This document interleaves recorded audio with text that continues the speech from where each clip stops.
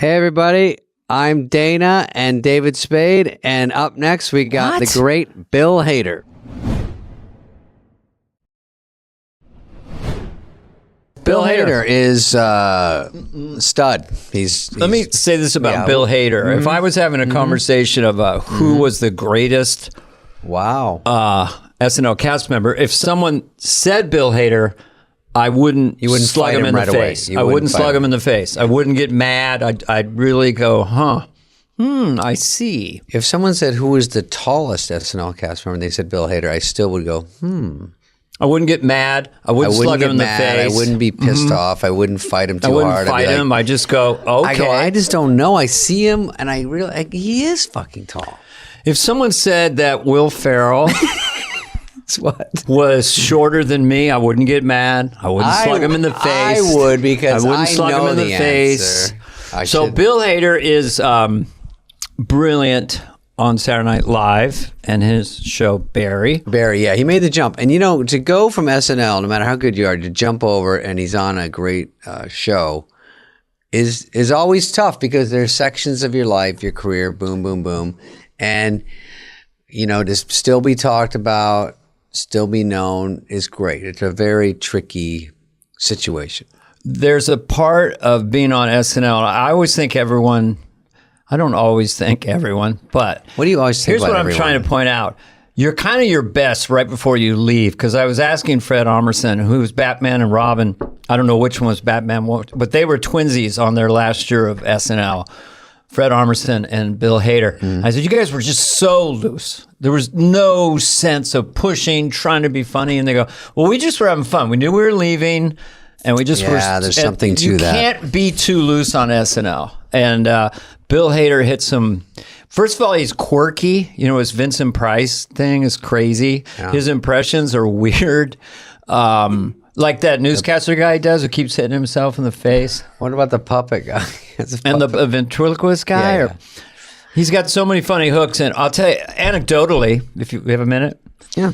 I was there hosting, and my sons were with me, and they were just little kids. And I remember Fred and Bill being so sweet and gentle. Like they were, like if you see them on the show, they're like powerful, right? Mm-hmm. And then when you meet them personally, they're kind of shy and very thoughtful. They're not on all the time. And Bill Hader is such a good audience. He has an incredibly intense laugh. Yeah.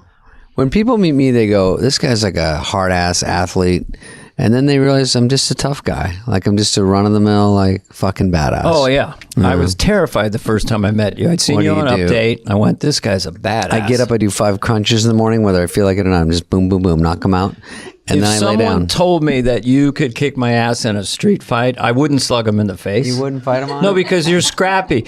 Arizona people, anyone who grew up in 112-degree heat and come out of that doing stand-up at 19, I mean, you're scrappy. I'm scrappy, and I fight, and my dad left me, and it all comes out when I do a fight. But listen. He had a really easy childhood. Mine was kind of rough. Is that right? If you can tell. The reason we bonded over our childhood. Mutual roughness. But I will tell you, you did not know this. What? Willie Hader went to my college. And nobody gives a fuck. But it's true. Me and him do. Billy Hader? Billy Hader went to your college? Not even ASU. The Stepping Stone Scottsdale community, where I went and got a 3.25, which is kind of shitty for basically high school still. And I went a national chess champ or something? I was, and then I got stupid at the wrong time. So you were phoning it in even then. I was smart from kindergarten to 8th grade, and then fucking spiked down freshman year, right when they started going, okay, are you smart? We're going to start writing it down now, your grades. And I'm like, oh, well, now.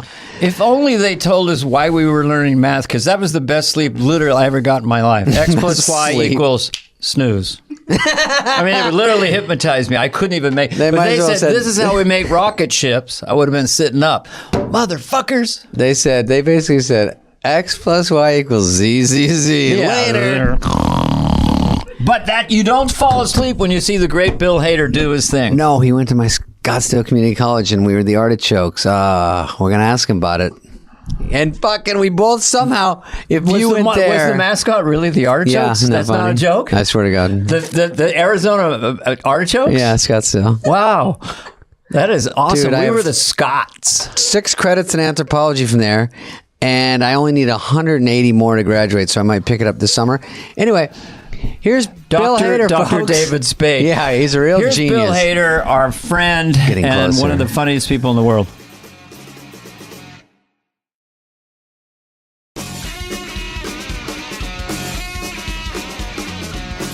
David, be in the moment. I am. Don't talk over me. God damn it. That's all we do is talk over each other. We should I let Bill hate talk you. at some point in this, but not like right away. Oh, that's okay. I like watching you guys. You've talked enough, right? Yeah. This is a Okay, conversation. Bill Hader. Hang on. We're not narcissists, but you can ask us questions too. Yeah. This If you get this is more of a curious. discussion. Oh, I'm moderating. Oh, that's how your podcast goes. I moderate Yeah. a discussion between you two. That's what I guess. About your relationship and your time. Bill Hader, look how much I prepared. I know. I was like, Bill Hader, I know the name. Yeah. And I know his game. I know. I know his this game. fucking dude. He's got some game, Dana. This This guy's motherfucker broke all the rules. yeah. And I love him for it. The rules are every fucking guy holding his dick walking into a bar says, I'd like to direct. And everyone goes, yeah. Here's what you do, kid. You put on the makeup, you dance like a clown, they pay you. You dance. You're a clown. He goes, no, I'm not. I'm Martin Scorsese. No, you're a fucking bozo with a fucking clown. Now get this fucking movie from Paramount. We'll give you 20 large up front. So Bill says, all right, go ahead, Bill. Oh my God. Mr. Michaels, I would. Oh, was it Lauren asking you to do a character movie? Yeah, I think Lauren he wanted to do a character movie, yeah. But Maybe this summer, maybe when you're on break. maybe. Well, it was a hard one to do. He wanted to do a Stefan one, and then I think John Mulaney and I were like, it didn't work as a sketch. That's a good reason. You know what I mean? We're like, it died twice at the table, and then we did it, a couple of times at dress, and it was terrible. It was low energy, weird thing that never worked. And so then it was like, oh, okay. And, Well, let's just shoot it and look at the whole movie and see. we can burn it. If it doesn't work, we can burn it. and if you get a little burned or singed, it happens. And we'll take it outside, and Marcy will set it on fire. We've done this before. We set Marcy, it on fire. get the wizard lighter fluid on my desk Marcy, next to the certs. Lauren, I'm going to fly, Lauren. I fly now. Marcy, you don't fly. Look at the Book of Lauren, page 7, the Stefan movie. Lauren. The Book of Lauren. Wait, did you guys have things? Yeah, we had we can do a movie, and then we were like, well, it doesn't work as a sketch. It kind of just works on update. It went from a sketch to update or update to a sketch? It did not work as a sketch, and then it was Doug Abels was running update going, I need something. What about that Club Kid thing you did? Give me that thing that bombed. Do you still have it? You know what It's I mean? on my desk. Get it in here. No, that's very... Do you know what I mean? Where it was just Well, like, we're light updates and a little less pressure in a weird way. It's just you doing it directly, and if they buy it, they buy it. You don't have to rely on a whole thing. It worked better when it was like, because I don't know. Do you guys remember? It's just like low energy, weird shit. Just didn't, but just that feeling of like, oh, I got a low energy, weird thing. Right. This isn't going to work. And how do you do that in a 90-minute corporate funny vehicle? Yeah, you can't. We couldn't even take Hans and Franz off their set. We got to get them off their set. So we put them in a campground scene with Al Franken. Death!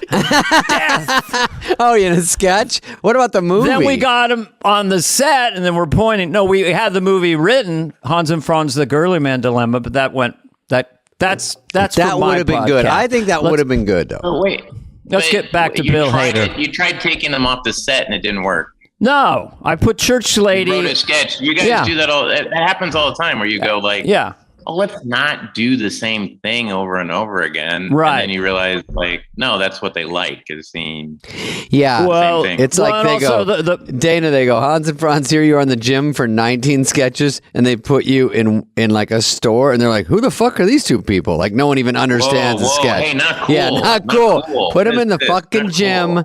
I know the jokes, and I will laugh. I know how to do this. But you're at home base. You're screaming at the audience right behind the camera. Yeah, you curly-minded losers. And then we're over in the corner in 8H in a quiet campground scene. Yeah, would you like another Venus Schnitzel? Nothing. You like some s'mores? So I think it was wise. I think Stefan is brilliant, but I think it might have been a wise decision. That would have been a challenge. No, the sketch did not work. I mean, it just never worked. You know, Bill. You could hear your footfalls on the. It was one of those things where I could hear if I like placed a glass on a table in the sketch, you could hear it was loud. It was just dying. It was like, that's the tiniest. So bad. Well, Bill, your next question to us is: was there a Gap Girls movie? Which is a good, fair question.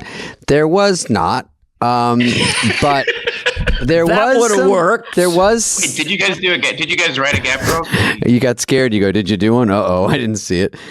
No, we didn't write it, but he got scared. We would not get scared. I know it didn't happen. No, it didn't happen, but it was sort of when I thought movies were very easy to come by because I was delusional because one summer we did Tommy Boy. Lauren had a deal with Paramount. It was sort of easy. Like, and then next summer, why don't you guys do Black Sheep? And we're like, great.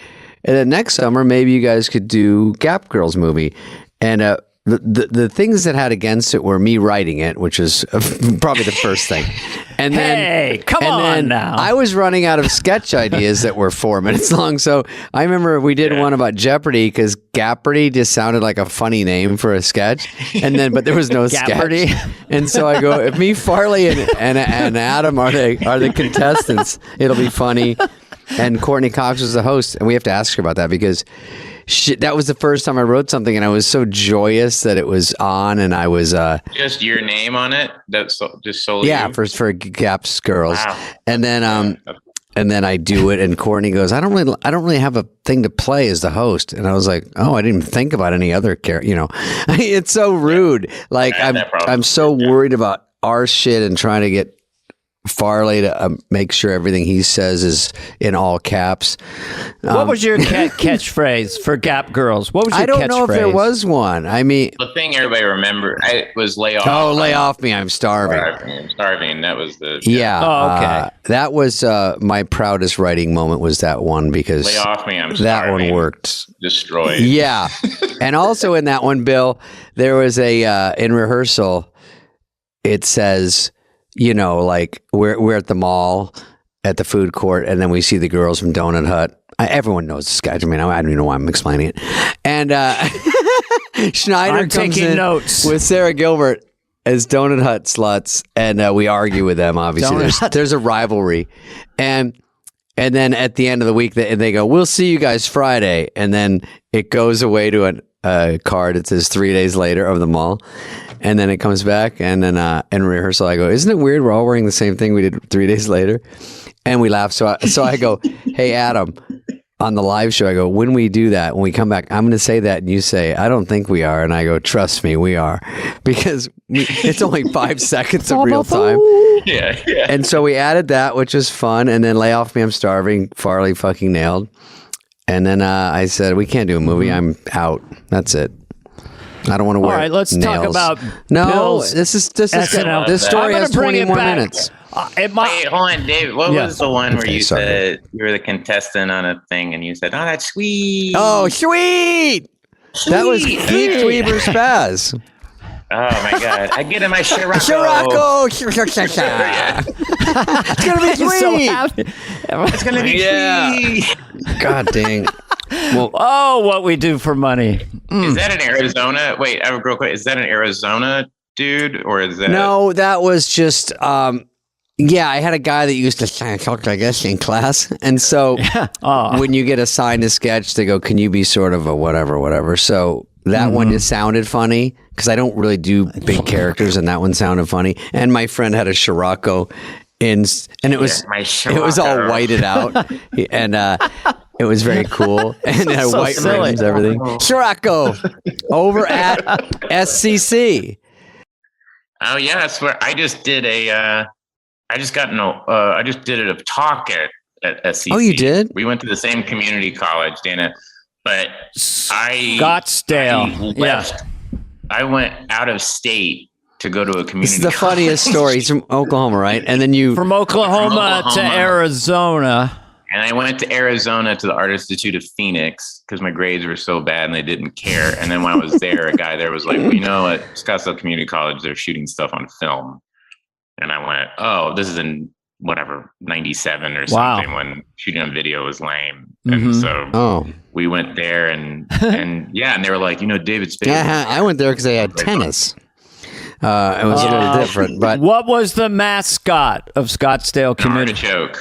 The Artichokes? Okay. It was the Artichoke. That's hysterical. And then I worked on Mill Avenue at a movie theater. I worked at Centerpoint Movie Theater. I love it. Yeah, down in Tempe. As an usher or running the film, or what were you doing? I was an usher.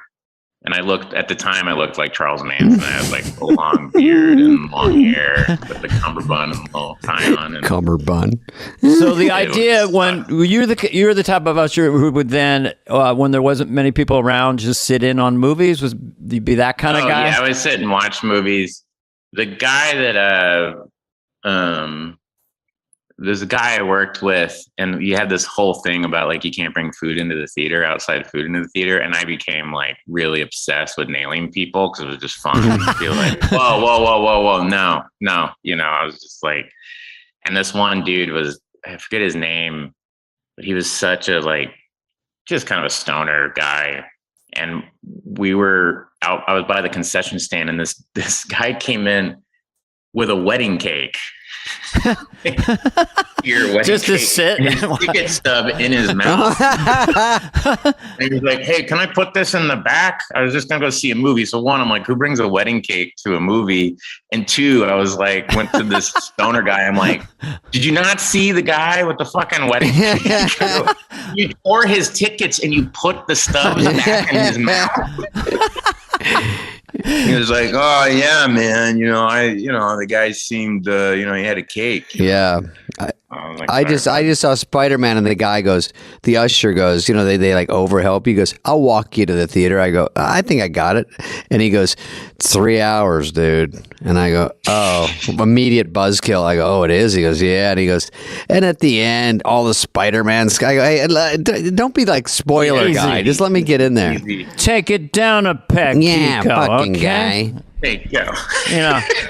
Come on. What are you, the false ending guy or something? And he's going down the river like Kurtz. Colonel Kurtz is a great Dennis. One of his go-to, like Colonel Kurtz up there in the cave, Going down the river like Kurtz. getting that sponge on his head in the cave, shooting for the Oscar, right? Like the way the Sheen Cat hides in the shallows. Okay. I have all these sketches of Bill's I want to go over, but while we're here in his youth, because we'll kind of maybe we can go. Hey, we're just making this up, Bill. Yeah, Bill. But we know you're a filmophile. So you go to the theater, you're seeing films.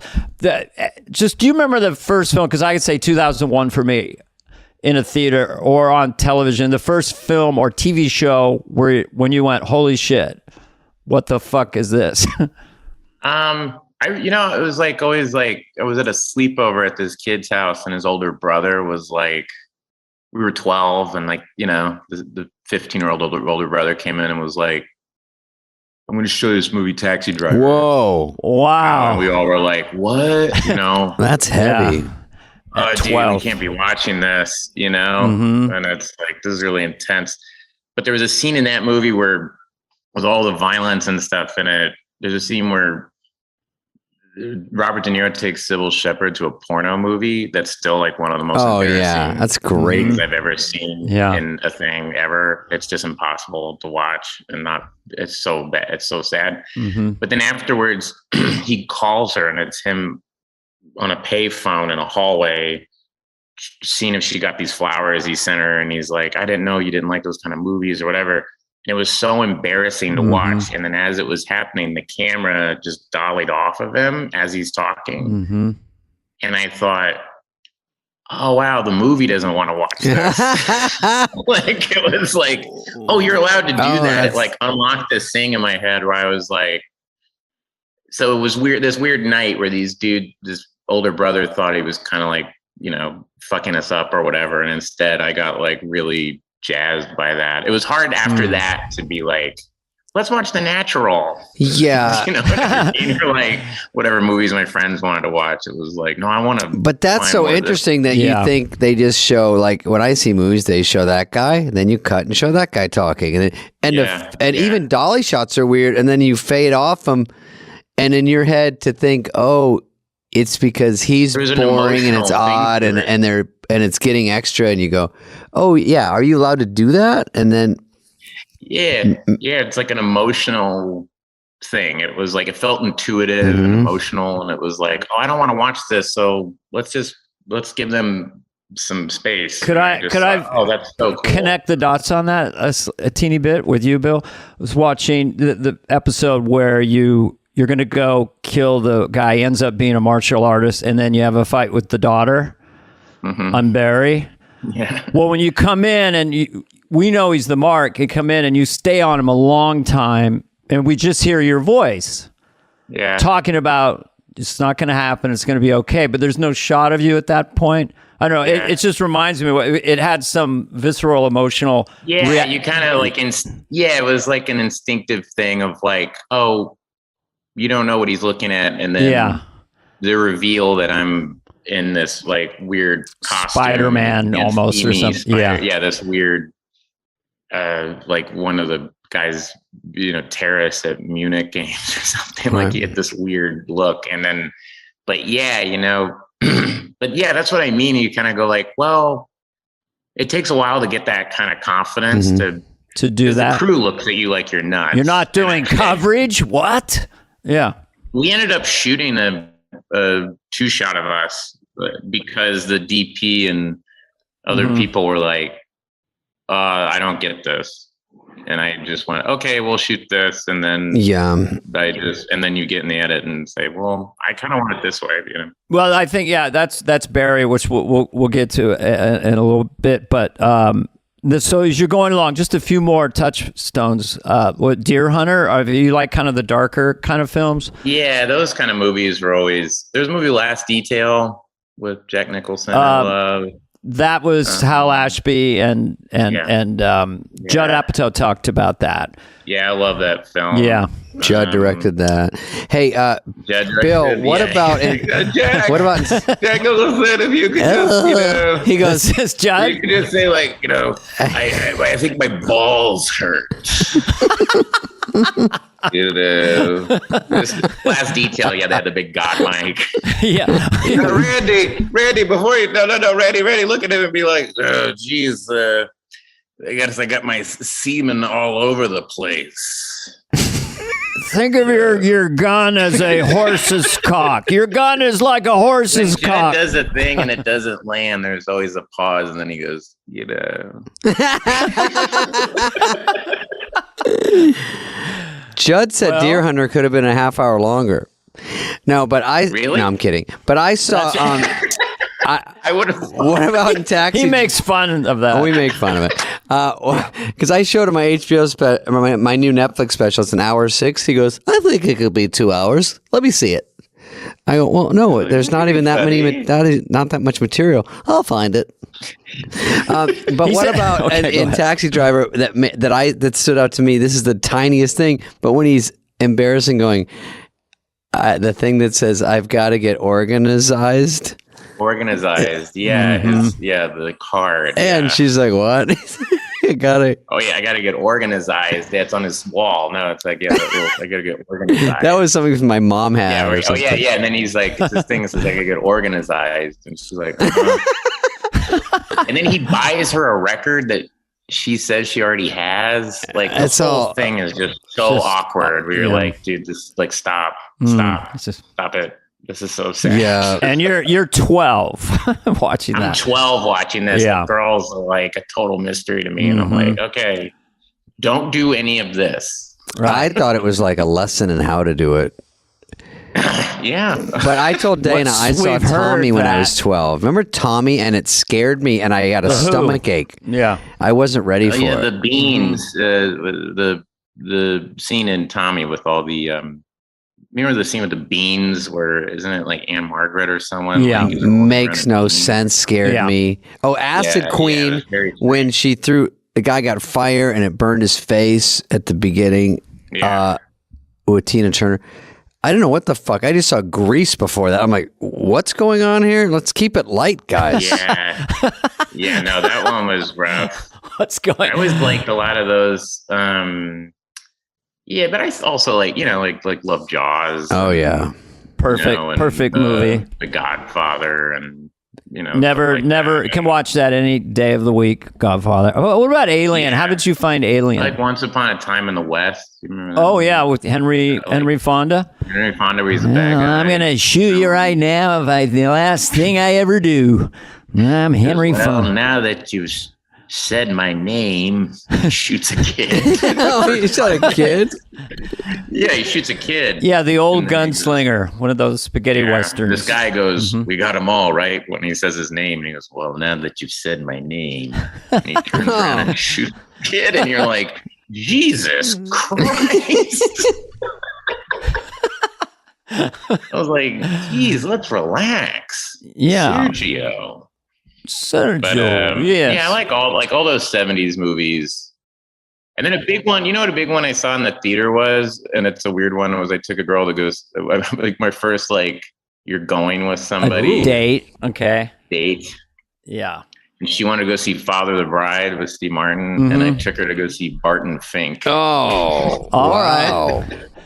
That And was she was like, "Okay, thanks. Well, we never really need to speak." Not a again." panty dropper. Yeah. was And I was like, "Damn, that movie was amazing." It's still one of my. I love that film. the Coen brothers. Who was or that? no? Turturro? Yeah. Who did it? Turturro was in it. John Yeah. Turturro John Goodman, and, maybe? John Goodman are just Oh, yeah. unbelievable.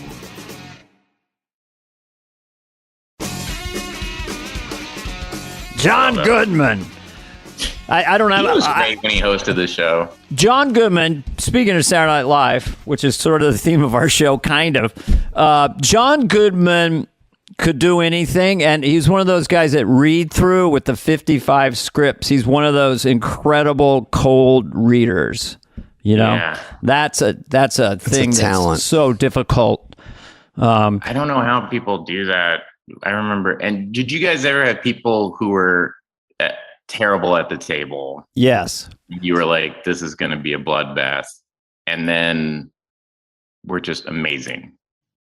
Like they came in and they were like, "Oh, they're just not good cold readers," or they kind of save it, Well, or something happens when they're up in front of a live audience that it suddenly Yeah. clicks, and you're like, "Oh, get out of the way!" Yeah. Jeez, I think there's a gradient scale. I mean, you could go to some mild dyslexia or whatever's going on, but some people can really, like Dennis Miller and Phil Hartman could look at a cue card and just grab it so fast. Yeah. And they never would stumble a little bit. But even good readers, it's such a task to not trip up a word, reverse a word. I tripped over stuff constantly. I did my sixth show. I played Vincent Price, Yeah. and Lauren, One of my Michaels favorites. came up to me. Lauren came up to me right before the band's playing, and I'm, my sixth show, and Yeah. I'm sweating. Yeah. Like I'm like, Dana, you talked about it. Like I would have a full blown panic attack before every show. I would go into that bathroom that was Stall. by the big makeup Yeah. area. There was a boys and There girls. was that bathroom way at the end Yeah, of the yeah, hall. Yes. Right after the meeting, before it was like, and Lauren would be like, this week, we're about to go on break, and people are gonna say it was a good show or a bad show, So it'd be really, really nice if it was like It'd be really, good. really nice if you could say. we I did love that about Lauren. Yeah. So we're gonna make everything. So And when you panic attack in there, just for a second, so you go and you sit down, you're by yourself. Are you I just go into a stall hyperventilating? standing up. Okay. Go into a stall standing up, and Right. I would just hyperventilate. I'll be honest, cry a little bit. Oh, of course. Shaking. Yeah. Oh, yeah. Just have like a full. And then the thing was that Jenna, who was our stage manager when I was there, who's one of my favorite human beings on the planet, is great. But she had, I think, part of your job when you're that, you should be a little calm before air. You'd think. Be like 10 minutes to air. Oh, yeah. Yeah, no, it would get 5 minutes to air. Yeah. Like her voice shaking, and I'm going, I'm going to have a panic attack. Yeah. So I was in Vincent Price, and it was like the second sketch after monologue. And I'm sitting there, and I'm like about to pass out. And Lauren goes, I like this, but why now? Very Lauren. And then we did it. And if you watch the very first one, as Eva Longoria, I think, was the host, I stumble the first minute. I stumble over like every other line. Wow. I'm so like discombobulated, and wait, what did that mean? And what did I just say? Well, and, also new cast is hard to get the cards down. It's not so simple. It takes a while. How to look at it. Of course, you were the host in that, but do you think this is kind of like unhealthy, what we did there? I mean, I ended up having a botched bypass a couple of years after. Yeah. I mean, what was our blood pressure in our first few shows? Yeah, no, I our have hearts. like a weird autoimmune thing that affects the retina of my left eye, and I've gone to so many people about it. I've lost vision in this eye, like all this stuff, and everybody's like, really? It might have. I'm like, could stress have caused this? And they're like, well, yeah. You weren't on Saturday Night Live, were you? You're like, yes. Were you on Saturday Night Live? Saturday Night Live? How are you? How many stents do you have? David, did you have any sort of post-traumatic health issues, or did you have anything that It stunted my growth for sure. I'm 5'7". okay. But I will tell you that before, you were just saying, when I was on the 8th floor, I would go by the elevators and take a left, and there's a bathroom back there. And I would just stand there and look at my script in the stall and just go, oh my God. And GE would come in and go out, and everyone would, he'd come with his full amp, and I'm like, not here. He was the coolest. No one G. knows Smith. how loud it is in that room when you're like doing the actual show and the band kicks in. You can't hear anything. It's crazy. So I would get really sick, and I think when I moved to New York, I was this fun kid from Arizona, and I was of course smashed down because I didn't have any nutrients. I didn't know what carbs were back then, so it was pizza, it was pasta.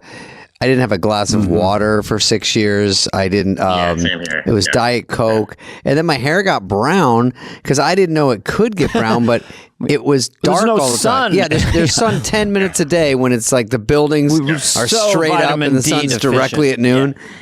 And so I got like sort of gray, and I felt weak and sickly. I was like Powder, that movie Powder. So I'm sort of that guy. And then I wasn't really, if I look at it now of how much I pay attention to eating and food and what goes in, and I did not at all then, and then add all the stress of like, I don't know if I'm ever going to be in show business. I can't barely make it here. And it's just so much every day. That's all you think about. It had to affect something. I mean, it's sort of my own doing, but it had to affect something. The first church chat, I popped a tooth. Well, isn't that Really? No, I made that up. I made that up. I would believe it. I know, because I'm just thinking it's like. Wasn't the first church chat your first show, and it became the cold open? Yeah, it became the first sketch after Update. I was in a cold open with Phil and Jan, and I didn't even know I was in the cold open in essence. But then the church lady was the first, and there's church chat. People care, but her hand came up, his hand, my hand, that character's hand. Sorry, I have the dress in the closet, and it was drenched in sweat. It was pure, and yet to be that adrenalized, that blood pressure, heart pounding, and then pretend to be relaxed was such a difficult thing. But well, I want to go over some of your seminal, incredible sketches, but just quickly. The acclamation point for me, I believe in a way I was maybe the best I was on the show, like my last two shows. I mean, I think it took me 5 years to get to have fun, put it that way. Because I see the panic attacks, but when I saw, and I've said this to you and Fred Armisen, Batman and Robin, you guys, I always connected you too because of all the great stuff you did, is that I said, how did you guys seem to be having so much fun that last season? And you said, well, we knew it was our last season, so we kind of, in a good way, didn't give a fuck. And then you have fun, and then you're great. So that process did happen for you, right? At some point, you got calmer. Kind of, yeah. I mean, it was still nervous. I was still going to the bathroom stall, but I wouldn't it was more like what David's saying. You would have your script, and you would just kind of read through your stuff and just have a quiet moment by yourself, and then be like, all right, let me center myself. But then, Fred was so loose on the show. I never saw him get nervous. And so he a lot of times, and I'm also a very soft touch. Like I break constantly. So I think that was what he would bring to it. He loved to break you. Well, just also as a way of his commitment. So amped up. Yeah. It was just he would just do little things. It was never big things. Yeah. Like he did a sketch he wrote called Short-Term Memory Theater. Oh, I saw that. And the whole thing is I'm the doctor who's worked with all these patients, and we're going to run a play. And you'll see that none of these people forget their lines because they had short-term memory loss. But you keep hammering it home that there's absolutely no way they will. I hammer it home. It's like they will not. You mark my word, they will not miss a single line. And then 80 Bryant comes out, immediately goes up on her lines, and I have to cue her. And that's the bit, is that I'm cueing everybody. I just watched that. It's so fucking hilarious. Fred, it's supposed to be in the 40s, like a like a Arthur Miller play or something. And Fred, to fuck with me, came in a present day New York Giants jacket. I saw that. And he goes, and then I said, give me the jacket.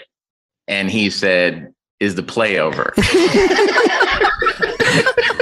Dude, I wrote down something from that because you go, because I just watched it and I was laughing, and Vince Vaughn is in it too, right? Vince Vaughn. Yeah. And you go, it has my keys in it. You go, Jana has everyone's keys.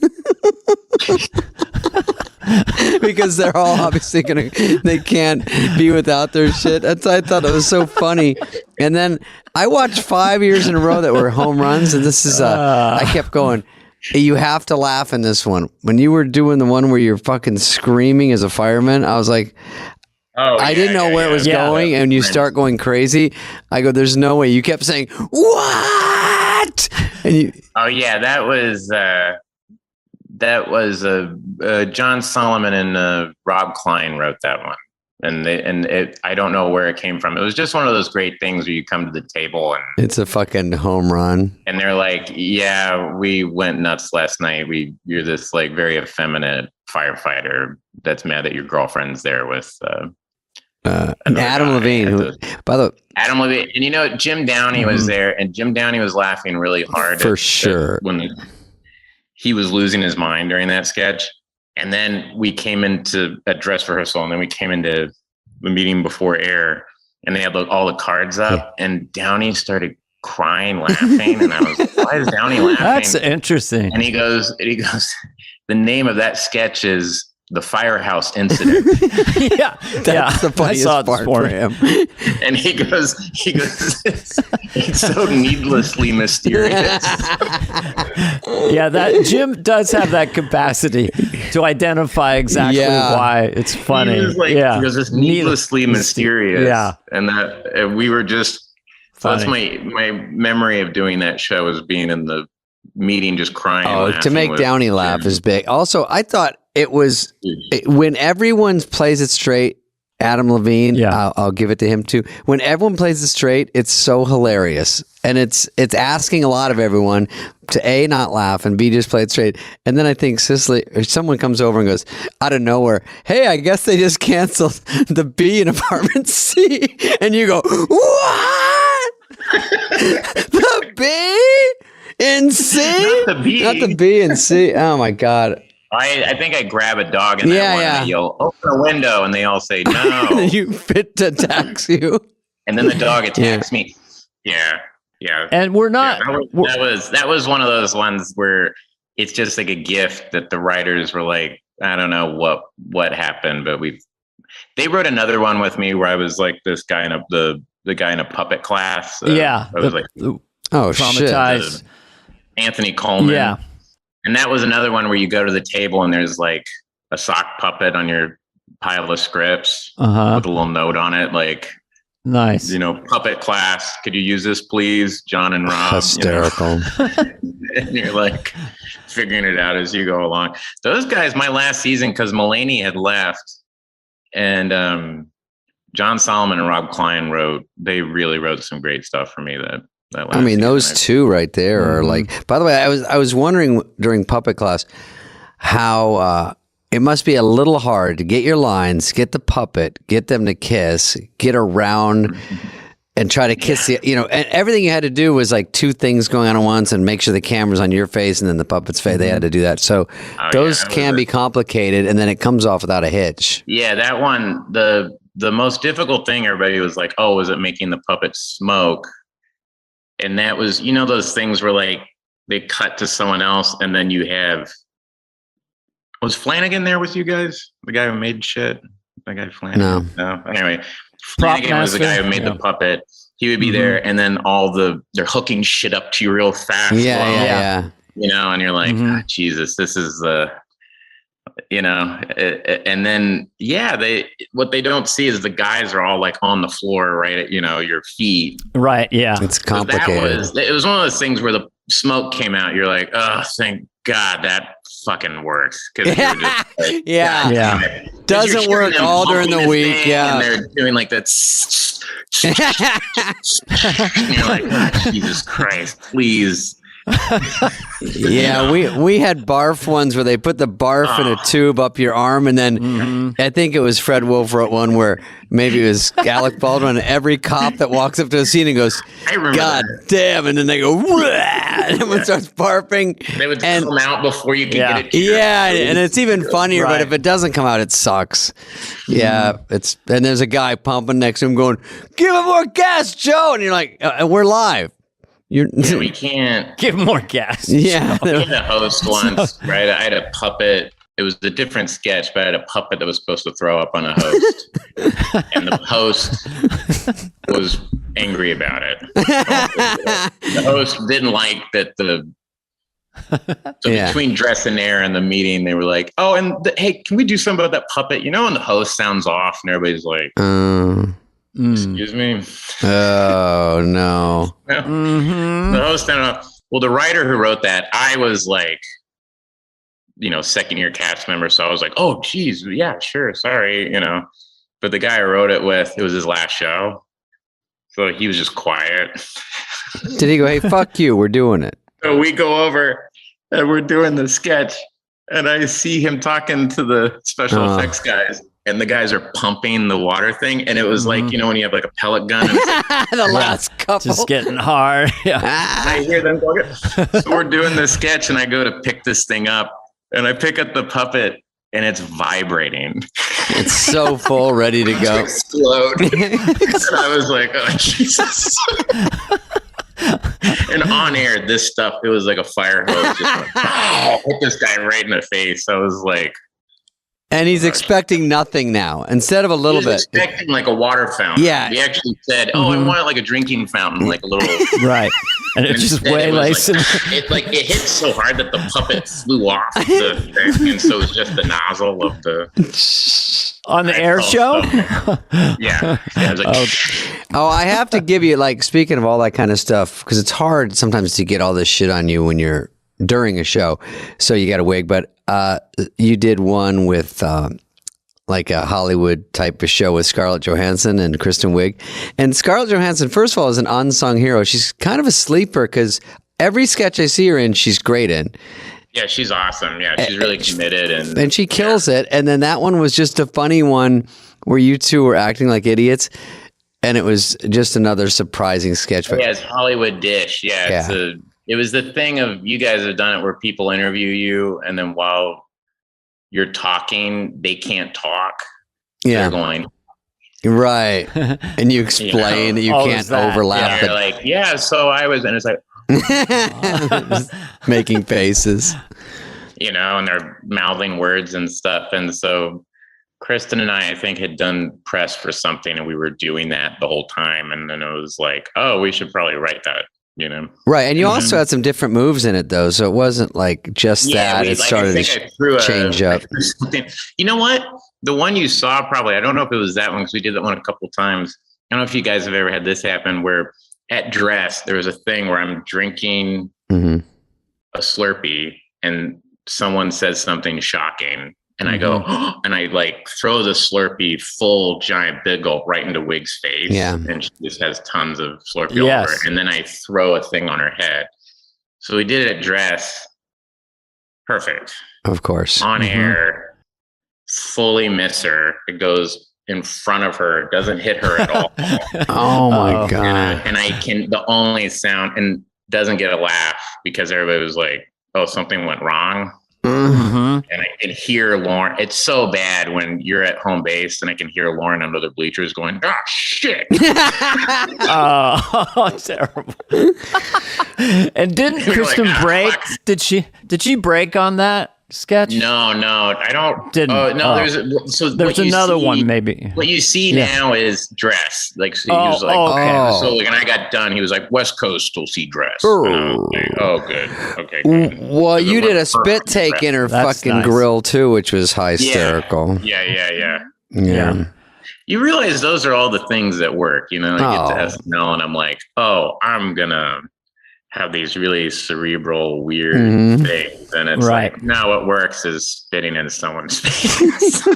funny with the sound off. Never only fails. Funny with the sound off is perfect. Exactly. What about Herb Welch? Oh, that was based on that was John Mulaney and I wrote that. That was based on a guy we all kind of know in a way. The guy who should have retired a long time ago. Video, out he's in the on field. It was like a YouTube video where the guys, they got in an argument on air, and the guy's like, "What? What'd you say?" That one was also from the combination of that, and then I was having to play. I always got cast as like reporters or game show hosts. Why is that funny? Like Phil Hartman was our guy doing that, I was always the guy that was like, we need a setup, so they'll put me in going like, I'm here now at this school, where, whatever. And so we were rehearsing with Emma Stone and for that sketch, and I had a microphone and I was just like hitting people with hitting her in the face. I was hitting her and I was hitting Wig and just fucking around with it. And then again, I go, oh, that's fun. And Mulaney was like, we should maybe write that up. Oh, yeah. That could be like, he was the guy that would go, what if we did that as a sketch? And I was like, oh, is that what we do here? Okay. Yeah, Emma, again, good in that. And everyone was good. And then you go over. But did you only do that once or did you do that a bunch of times? We did it a couple of times. So funny. We did it with I saw Emma, I think. And then when I hosted the first time, I did it. Oh, so you've done it too much, actually. It has an improvisational vibe to it. What the funny thing about Herb Welch was, this gave me a really interesting insight into TV critics. Was there was someone who would write, because when I was there at the after party, everybody's on their phone. Oh, people are writing about the show. Wow, we did not have that. Yeah, so we would all, everybody is at their table going, so-and-so at this site hates it. So-and-so. Oh, that fast. Wow. We got a 7 out of 10 on the AV Club. Couchpotato.com. And you're just like, oh my God. And there was one guy who would do a scorecard every show. Oh. Everybody would read the scorecard. And he, at the end of the season, did his year roundup, and he was like, favorite sketch, least favorite sketch. And his least favorite character was Herb Welch. No, he doesn't know shit. What an idiot. This is terrible. It's racist and misogynistic and terrible. And I'm like, well, he's like an ancient asshole. I don't think it's pro that. Yeah. The sketch isn't pro him. But It's a grumpy old man. grumpy old man. But then then a year later, I was doing press for something, and they brought a guy in, and it was the guy that wrote this. So I'm talking about another thing with him. And then as he leaves, he goes, "Hey, can I tell you what character of yours I really love?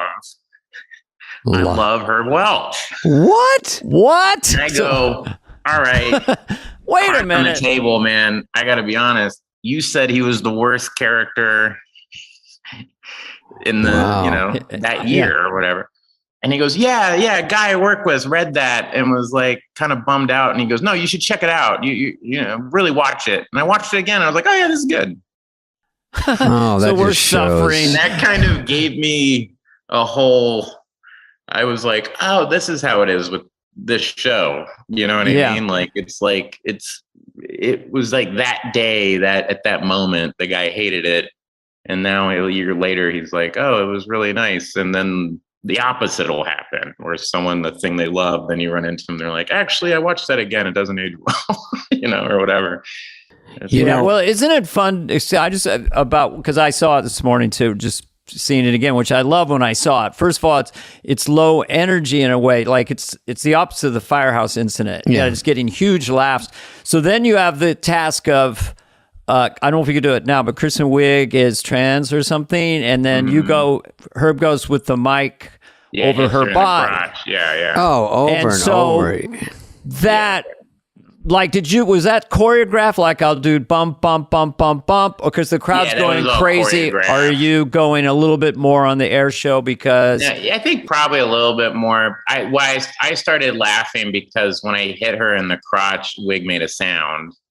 Right. So that she did a little sound, and I started laughing. So you looked away a couple times. I looked away because she went, like that. And so instead of breaking in front of the crowd, you just looked away and came back at work for a second because she was. But yeah, you're right. We probably you couldn't do that now. Well, a lot of those. A lot of those. Yeah, a lot of those stuff. I had Ching Change, in 1988. There's stuff Downey wrote for us that. No.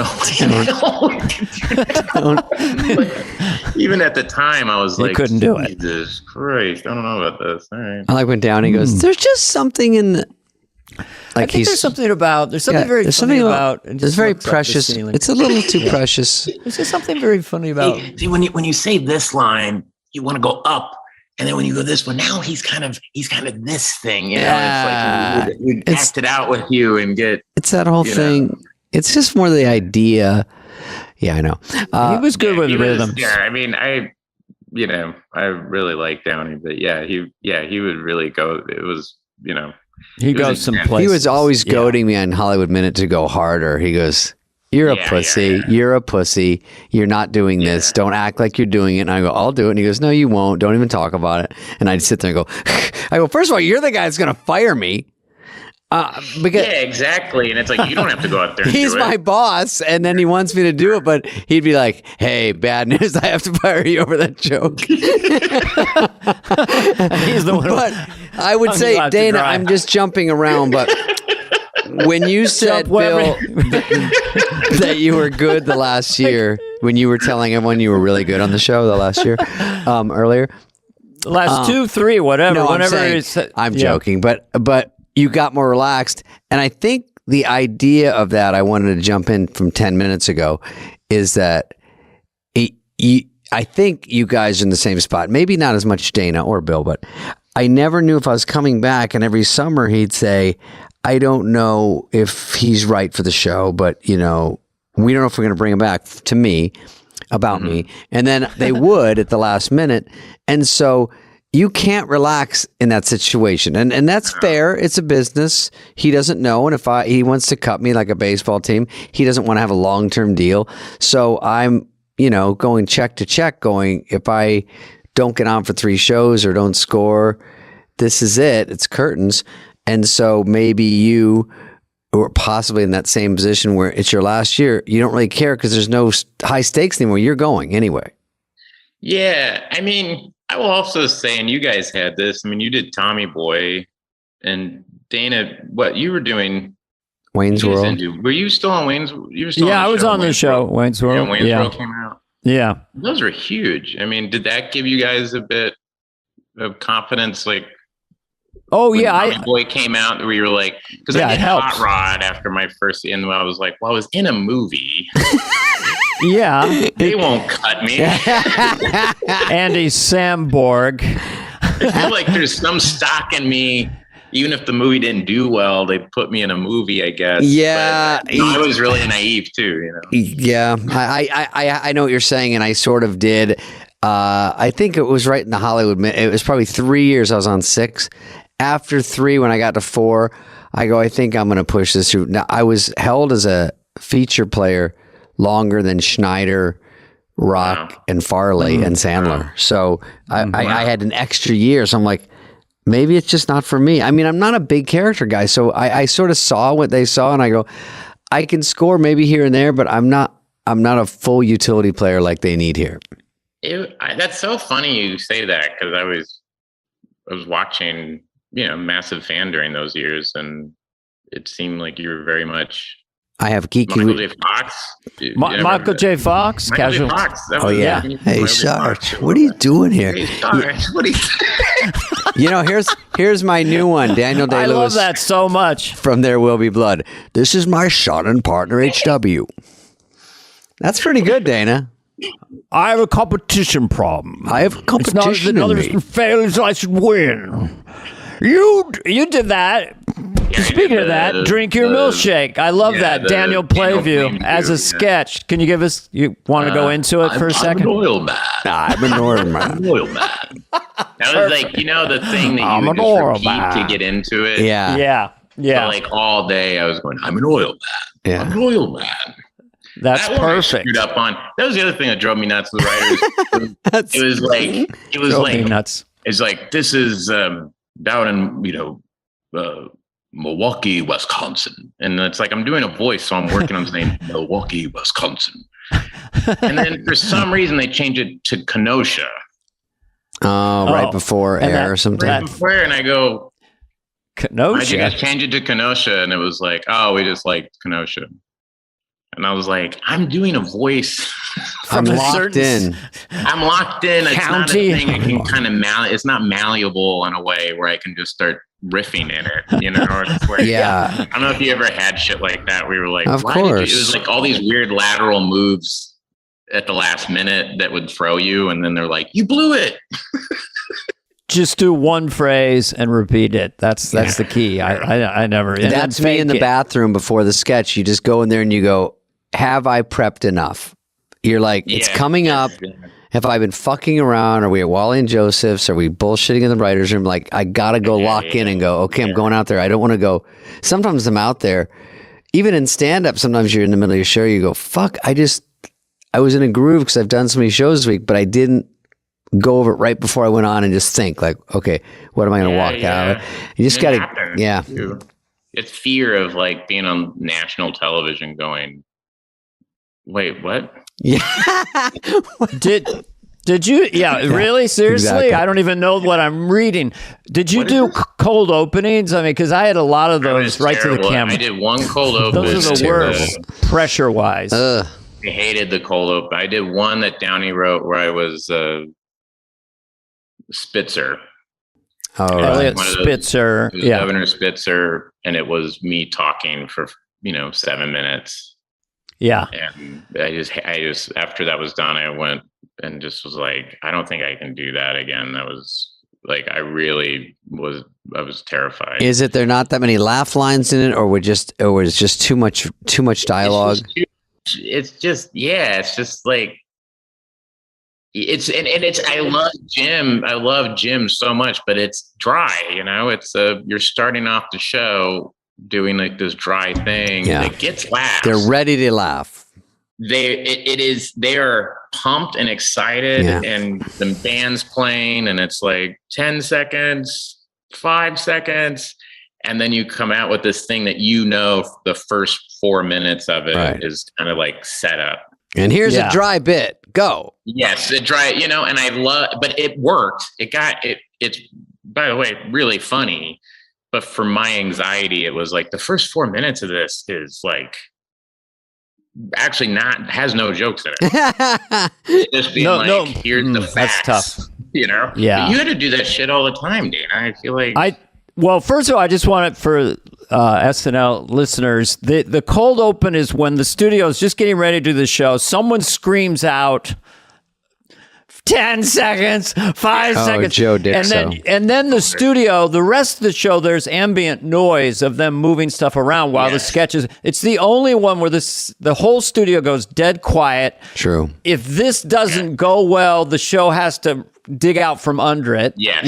Yes. So it's the pressure spot. I had a lot of props, and I just started waving my arms a lot. Got a dang, gappity bat. I was just to survive. Well, you had to. You got to get it going. That has like an energy to it. Yeah, it had high energy. Makes everyone have eventually. Fun. Yeah. And then by the time you're doing Bush and stuff, the minute it would come on, we were always like, yeah, but it was like a big character. But it was when it was a thing, like a topical thing. Yes, and Elliot Spitzer was not as it was only a big story for a week, and no one knew what he talked like. It was, I think after that I was in cold opens, but it was like we now bring you to Congress hearing of yeah. There was one time I had to go into the booth because I recorded a thing for the pre-tape, the scroll like. This week in Alabama, blah, blah, blah, blah, blah, blah, blah, Yeah. Whatever current thing happened. And they ran to me and they go, the tape's not working. You got to go do it live. So I ran into the booth, put my headphones on, and it's just everyone yelling and screaming. Is he in the booth? Is he in the booth? And I'm like, I'm here right now. It's like, all right, and go. Now we're live. Oh, that Don Pardo booth over there? Yeah. And there's no scroll. So I just have the script and I'm reading over black because something went wrong. So I'm reading over black. I'm trying to remember what I did. I did it Thursday. Wow. Saturday. And I'm going, okay, I do the whole thing. I'm like, Jesus Christ. Yeah. And the sketch starts and I go to sit down. Pardo's in there. I sat on Pardo. Don Pardo? And Pardo goes, get off of me. Get off of me, Bill Hader. The great Don Pardo. Get off my foot. So the whole time I was doing that, he was just sitting on the thing in that small booth, and I didn't see him because I was so freaked out. And then I'm like, oh, Jesus Christ. Oh, God, Don, I'm sorry. It's like he's on the toilet and you sit on him. You're That's like, hysterical. Rob Schneider. Jim Belushi. Jim Belushi. He goes, Jim Belushi. You've heard that, right? No. Oh, yeah. Someone underlined Jim. Oh, no. Jim Belushi. As a dick move to Jim Belushi.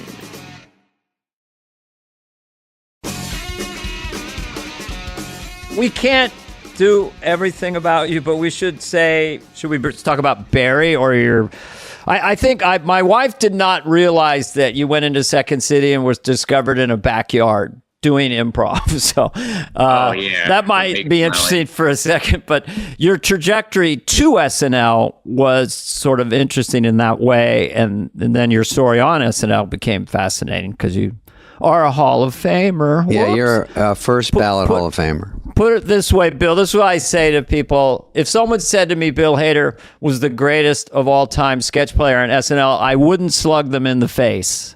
That's really sweet. You'd have to think. That's a lot coming from you guys. Yeah. You had a great cast, though, too. You were surrounded by solid shit. Kristen Wiig, Andy Samberg, Jace, Will Forte, Fred Armisen, Amy Poehler, Seth Meyers, Daryl Hammond, Jason Sudeikis are your bandmates.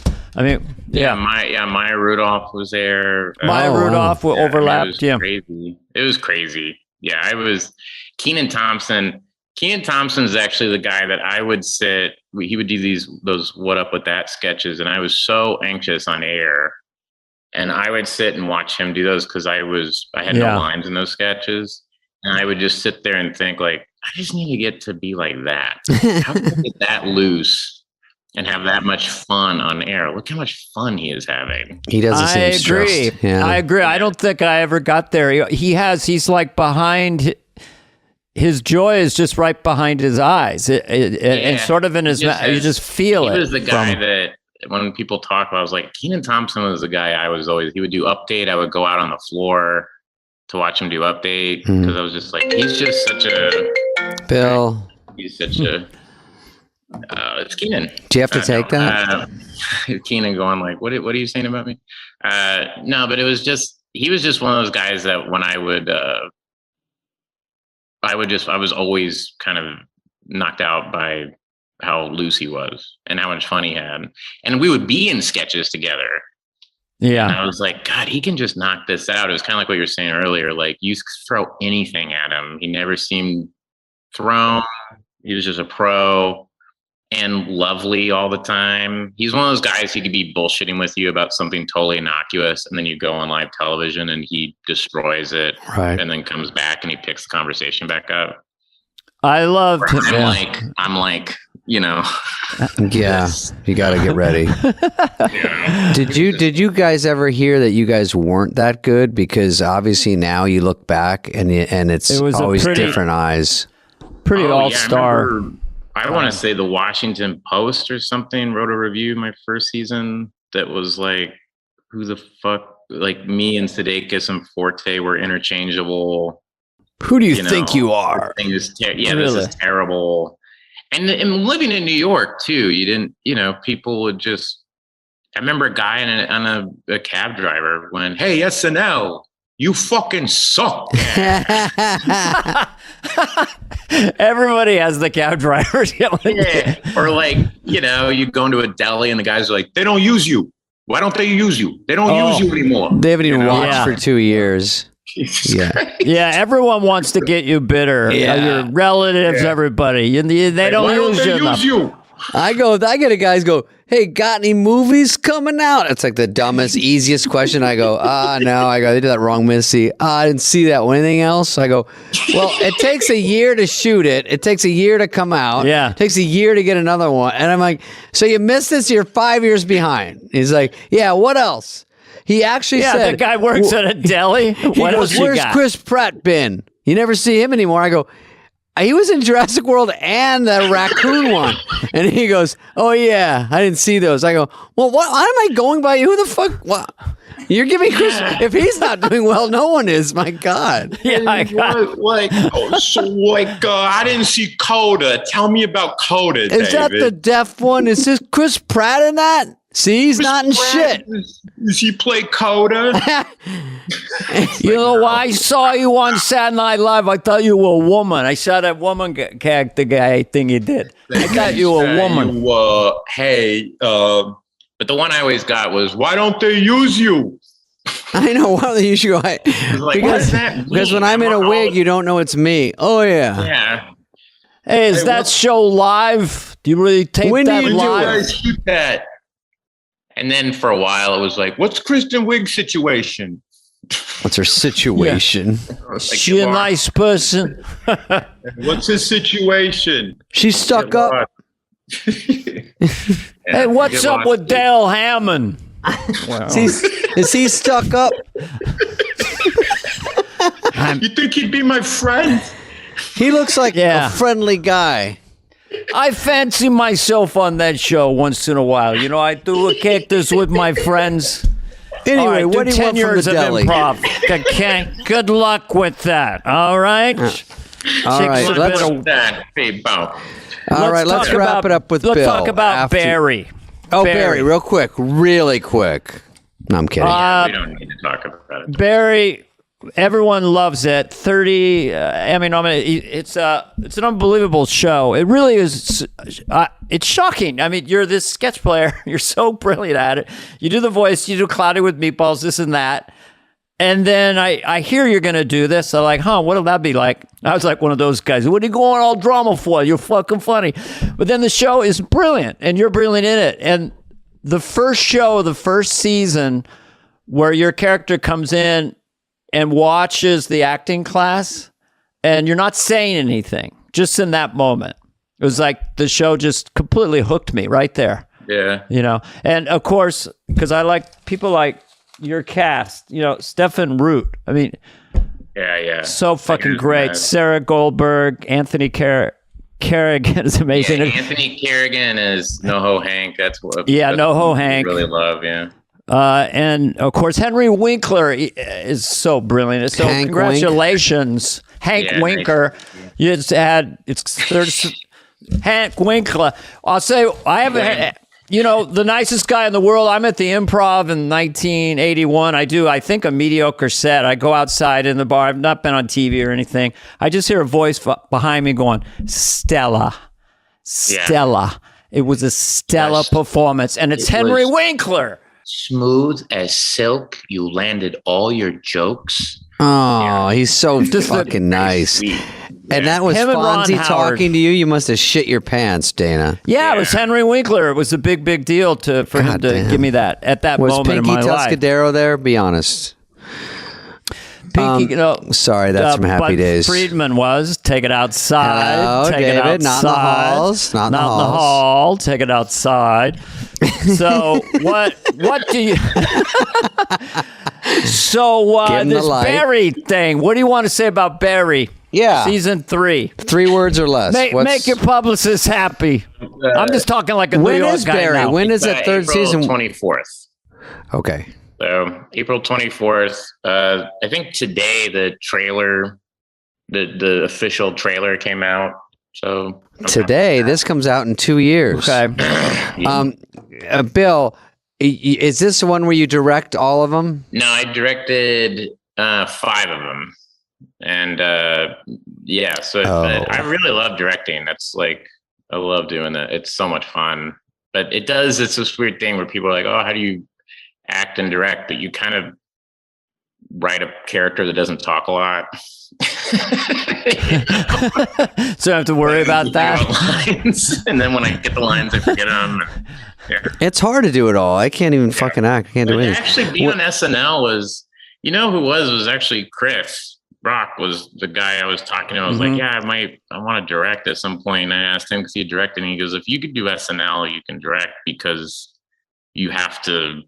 You sort of direct your sketches, right? Produce all your sketches. Like, Yeah. So when we did the pilot for Barry, me talking to, heads of departments and Props. and all these things, Yeah. I kind of knew I had confidence in what I wanted and stuff, but that was totally from SNL from doing that, It's hard when they go, what kind of drapes do you want? You're like, these or these? Yeah, And you like, go, I'm just worried about the jokes. Yeah, you're good at going, that one. This one. you got to make 100 of those a day. Yeah, all day. And then they go, well, the ones you pick now don't work. And it's like, okay, well, which ones do work? Oh, that's great. Love it. Whatever. Yeah. But I think having that confidence, and I think the thing that SNL did, I don't know what you guys feel about, but it took that like romanticism out of like creating, and it was just like, we had to do a show on Saturday. So it was kind of like, there was no, I have to go look out a window and write in my notebook character and think about my thing. It's like, no, we're like under a table up on the 17th floor eating pizza, like scribbling real quick, or reading shit in the bathroom going, fuck, okay, I gotta go do this on national television in 5 minutes, So everything seems downhill after exactly. that. It's easy after that. Yeah. Bill, I have a director question. Sometimes, because I've never directed anything, and I wonder when the director yells action. There's some sets I've been on where the first AD yells action, and I don't like it. Yeah. I think to be a director, the only thing you want to do is yell action. That's the whole fun thing. I totally get that, and I've been on those sets too. I actually have like my first AD. Sometimes you have first ADs and they're kind of like, you work well together, but you're not partners. I have this guy, Gavin Kleintop, who is like my partner in the thing. He's he's amazing. He's also a big film geek. So like that episode you were talking about, Dana, where you don't see the guy, I can explain to him the Karate Girl episode and go, this is the coverage I'm thinking. He goes, I totally get it, and I'll figure out how to make that work. So he does say it, but also I'm in scenes, and there is a thing when you're working with people and you're in a scene together A thing that I've been doing that all the actors are like, can you please stop doing it? Is because I'm writing the stuff too, is I'm mouthing the word. Yeah. Can I tell you who else did that? Johnny Carson.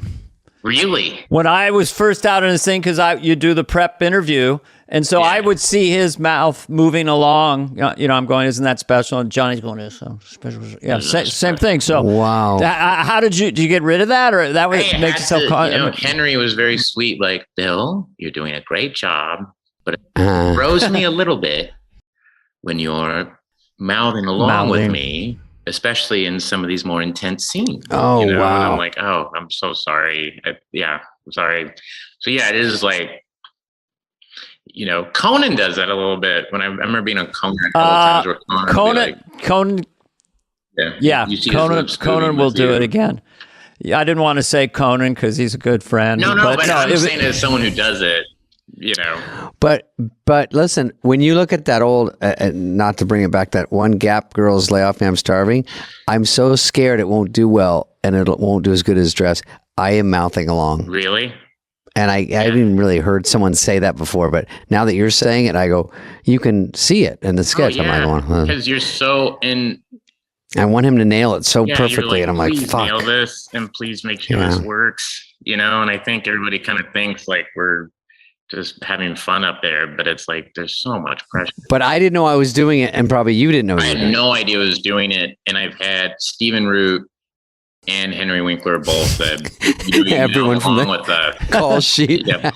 Please stop mouthing along with us. And I'm like, I am so sorry, but you're just so locked in to what's happening. Do you like one hallmark of a show that's really working is that there's no weakness. Like every actor on Barry seems like that's the person that had to play that part, and they're so good. So you psychologically and with all your experience, do you change your directing style depending on who you're talking to in terms of like that little note right before you go, trying to give them confidence? I mean, like Stephen Root and Sarah Goldberg are theater people, very theater trained. And so they come in pretty prepared. Sarah especially, like she is super prepared. So it's like gentle, like, maybe have like a little private moment in the middle of this, or maybe try this. But and then Henry is kind of free flowing, kind of So emotional, and so he's kind of he needs more. Like we did a scene this season where he has to enter it really angry. And so he was like, I could see him being angry and stuff. And so he was taking a broom and throwing it on the ground. And I was like, oh, good. Can make sure props has a broom there for him. We'll never see it, but he needs something to just kind of go smash something and then enter the scene, And, okay.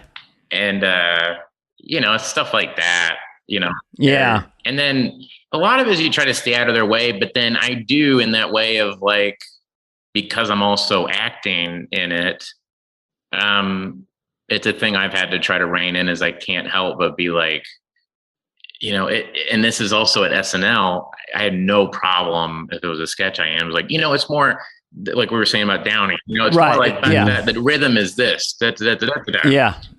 Actors don't like that. No.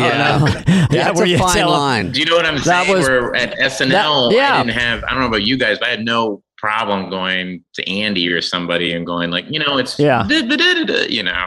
Oh, yeah. And people would ask for it. If you were the writer of the sketch, I would ask like, well, what are you thinking here? Or what do you, we did the Kasons, which is one of the, that's the hardest, that's John Mulaney's favorite sketch we ever wrote. It died at Dress.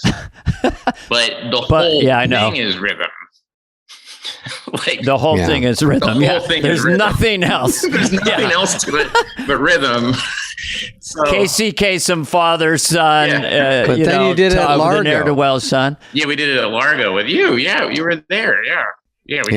And we if the audience doesn't hook the premise, and sometimes at SNL it just gets lost that first 30 seconds. What is going on here? And then it They're just, out. but it was a quiet sketch and very dry. But at Largo, we really set it up. Yeah. We had them on our side. We were surprised, and the point, that thing on Barry is like, you can't go, hey, the rhythm is this. Yeah. Just people will go, please don't tell me how to. Some people literally go, give me a line reading. Yeah, sometimes that'll happen. Not so much on Barry, but sometimes Henry will be like, just tell me how you want me to say it. But everybody's a little different, and mostly I just know, you guys know from acting and things, the biggest thing I think is actors just don't want to look like idiots. They don't want to look foolish. They want to make sure and they want confidence. Like, I've never understood. That's it. I've worked with directors that their whole thing is kind of browbeating you. Thing, weird, and you never right? understand it. And so to me, it's just like, but at the same time, smart actors can kind of sniff out if everything's great. That's not good either.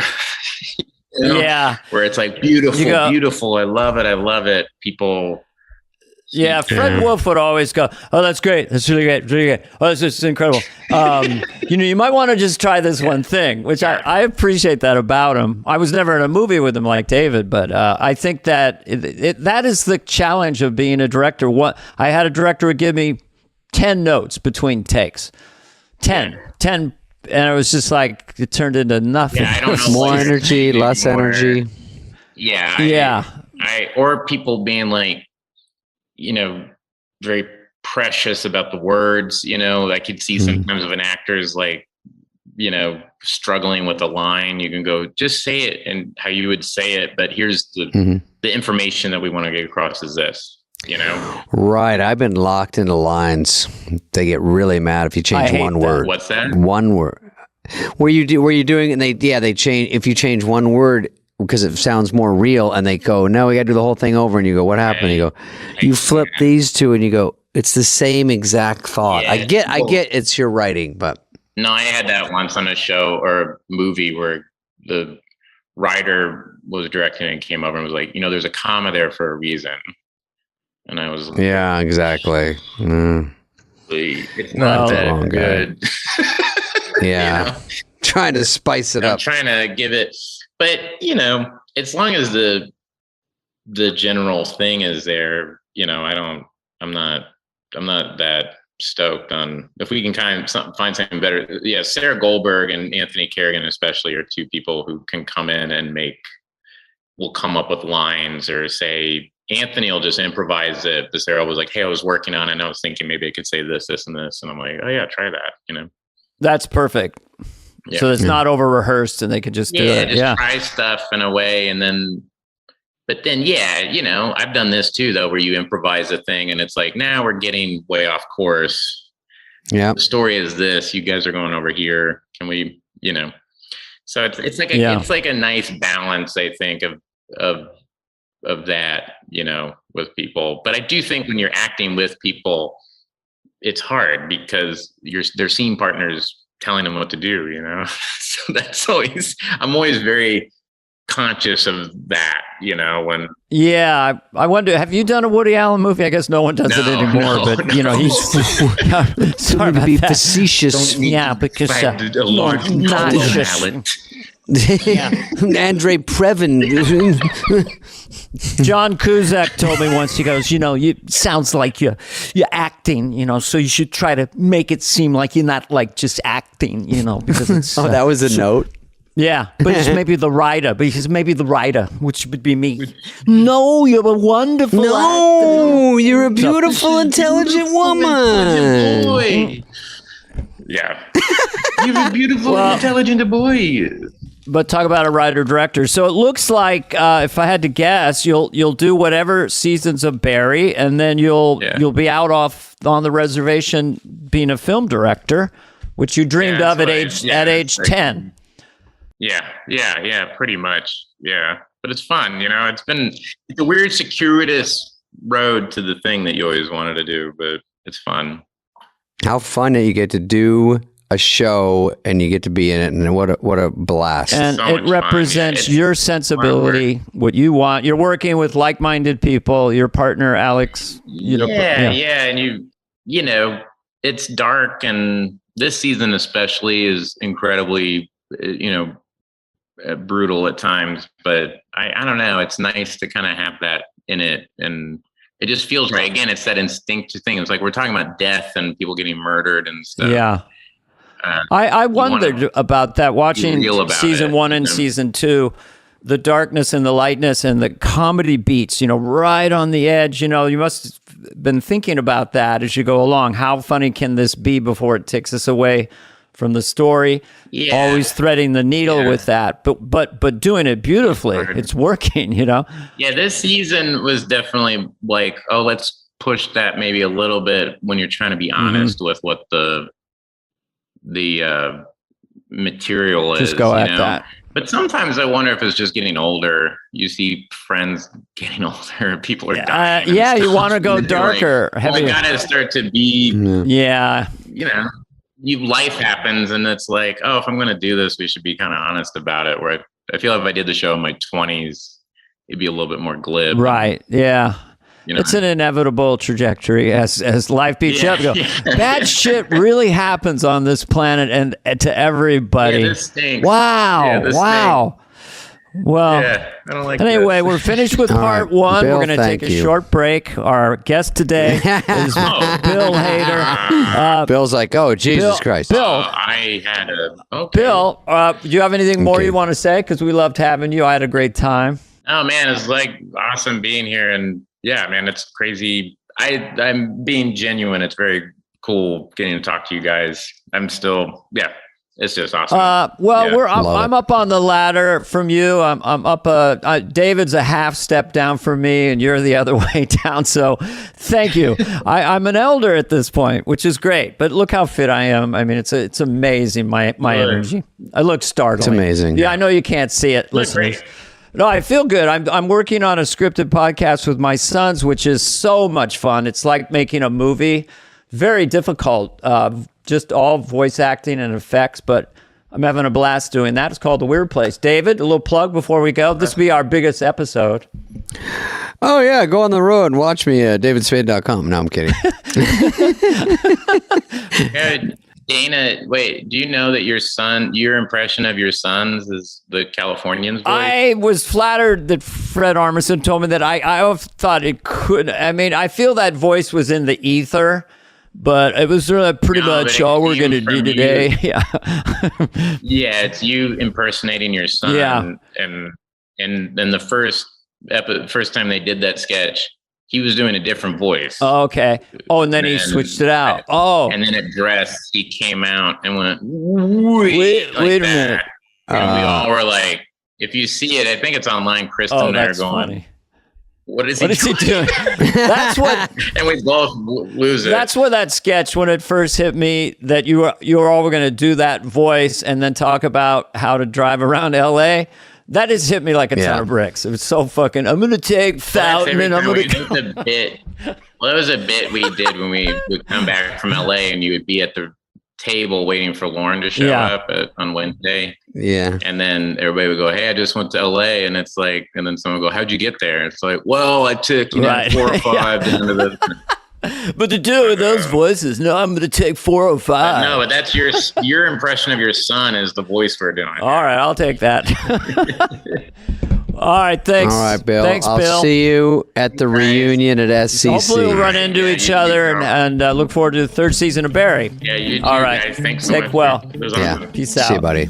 Hey, what's up, flies? What's up, fleas? What's up, people that listen? We want to hear from you and your dumb questions. Questions, ask us anything. Anything you want. You can email us at flyonthewall@cadence13.com. Dana, we've got a question from our fans? Yeah. Okay, thanks, fans. They get to ask us. They get right to us. Okay. Oleg P. Oleg says, hola. No, Oleg says, hello, Dana and David. Dana first for some reason. And who is the funniest non-comedian you've ever worked with? Anthony Hopkins. Okay. I did a movie with him and... what movie? It's called Road to Wellville. Oh, did you? Someone else was in it, that. So it's probably not. But he was in it. Bridget Fonda, John Cusack. period piece about the invention of cereal. You know what else is And a health period food. piece? It's called Red something. Oh, I blew it. What's that movie out right now? Red Hour, Angry something. Angry Red Lobster, Angry Guy? It's a Pixar movie. Free Guy. It's about angry. Look it up right the fuck now. Anyway, Dana. Okay, the funniest non-comedian I've ever worked with is Anthony Hopkins because he started out as an impressionist. So he would do on the set, I would do Jimmy Stewart. Yeah, well, what are you doing, Tony? And he would do Cary Grant. I can't believe it. I can't believe we're making a motion picture together. Okay, that's for the boomers. And then I would do Garth, and he would do Hannibal Lecter, and that's where we would kill entertaining the crew and Bridget Fonda and stuff. Fuck yeah. I can smell it, Garth. I can smell the licorice. Guys. Get away from me, big scary man. God, that was fucking Party on, kill. David. Have you got one? You should have come out presenting at the Oscars with him. That would have been funny. That year would that fucking he kill. won the Oscar, because Tom Cruise and Nicole Kidman were sitting behind my wife and I at the Oscars. And so as a joke, I kept standing up to start a fake standing ovation every time, and Cruise got really into it. So we were both doing it the whole time. And then when, Anthony Hopkins wins the Oscar, we did it and then everyone went up. Worked So we out. got a standing though. I don't know who mine would be. And did you find the name of that movie? Turning Red, Dana, which is a movie about Pixar. And I just found out what it's about. And Periods. really? The whole movie is turning red, meaning it's a girl and she hits like 13 or whatever. And anyway. Well, it's great. Where can we see that? Let me write, let's what are the screen times it. and dates? Let's go to the Grove and see that. There's a movie also on 12, Hulu 2, and 4. called AW. Why not? It's a whole feature film about anal warts. It says, why not? I'm making this up. I was about to say, Sorry. gonna Greg likes that one. dog you I mean, that. it's a nice topic for a feature film. The first act is a little slow, and then it really picks up. You know what's really funny is Brad Pitt is also someone who I'd like to see SNL be a host because he is funny. Yes. And he's a funny, I don't think that's the number one thing people think of him, but he's very funny and kind of sly with it, and he'd be a great host. He'd fucking kill it. Probably, obviously doesn't need to do it, but should do it for the fun of it, because I think he would have fun, even though it's fucking terrifying. Well, Once Upon a Time in Hollywood, which is my favorite movie of the last few years. I've seen it 12 times. He's really funny in that. He has, what they do at the end of the movie is he smokes an LSD joint and he comes back and then all these evil people are attacking him, and he's like, he has this laugh. I remember you. I remember your little white face. And he talks to a guy who's got a gun on him, evil, and he goes, and you were on a horsey. Brandy? Yeah, listen, that part's not going to be as funny without him being funny. I mean, it's just a cool movie, No, and then he played he it adds so something perfect. to it that makes Yeah. it great. So that's that answer.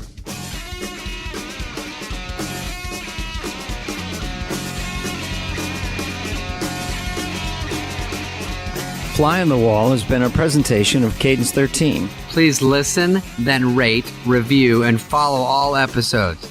Executive produced by Dana Carvey and David Spade, Chris Corcoran of Cadence 13, and Charlie Finan of Brillstein Entertainment. Production and engineering led by Greg Holtzman, Richard Cook, Serena Regan, and Chris Basil of Cadence 13.